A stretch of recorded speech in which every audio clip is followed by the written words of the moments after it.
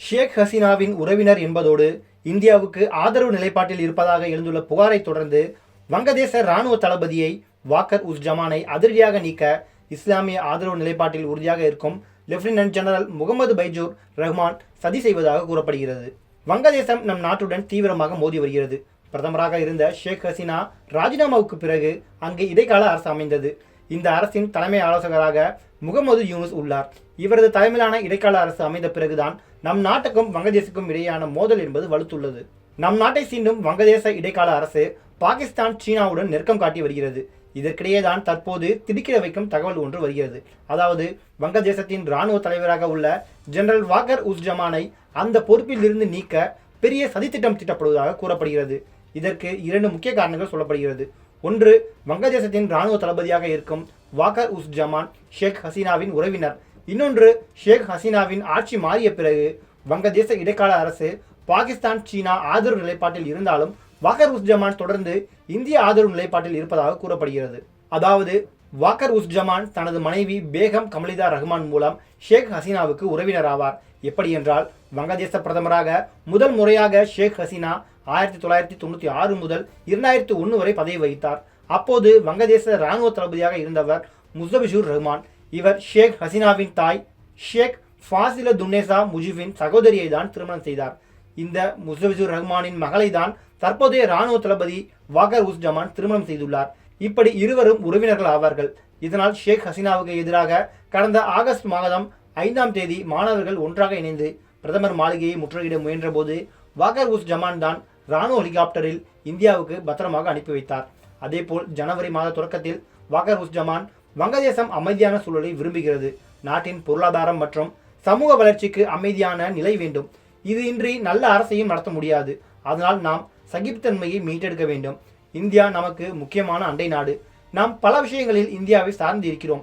இரு நாடுகளுக்கும் இடையே கொடுக்கல் வாங்கல் உறவு உள்ளது. எந்த நாடும் மற்றொரு நாட்டை பயன்படுத்திக் கொள்ளவே விரும்புகிறது. இதில் தவறு இருப்பதாக நான் நினைக்கவில்லை.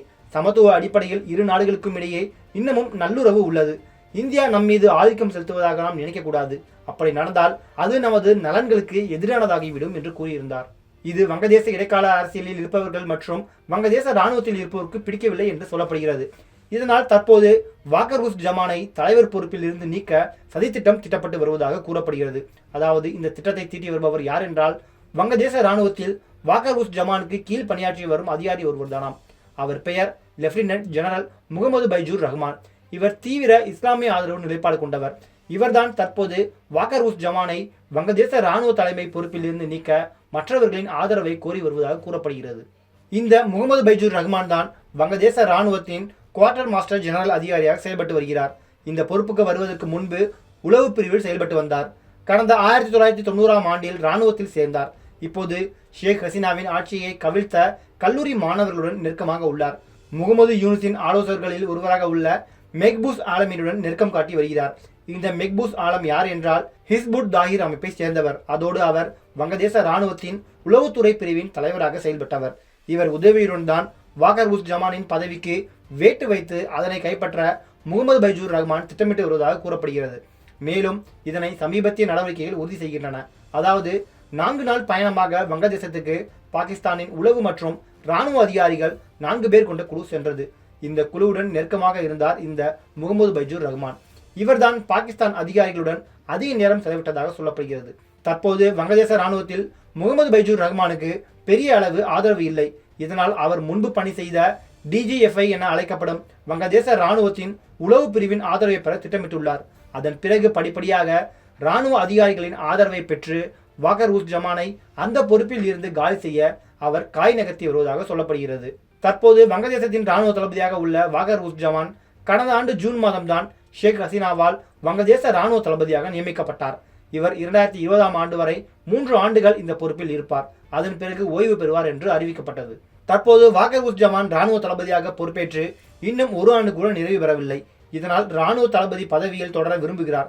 மேலும் தனக்கு எதிராக சதி நடப்பதையும் அவர் அறிந்து வைத்துள்ளதாக கூறப்படுகிறது. இதனால் இராணுவத்தை முழுமையாக கட்டுக்குள் வைக்கும் வேலைகளை செய்ய தொடங்கியுள்ளார்.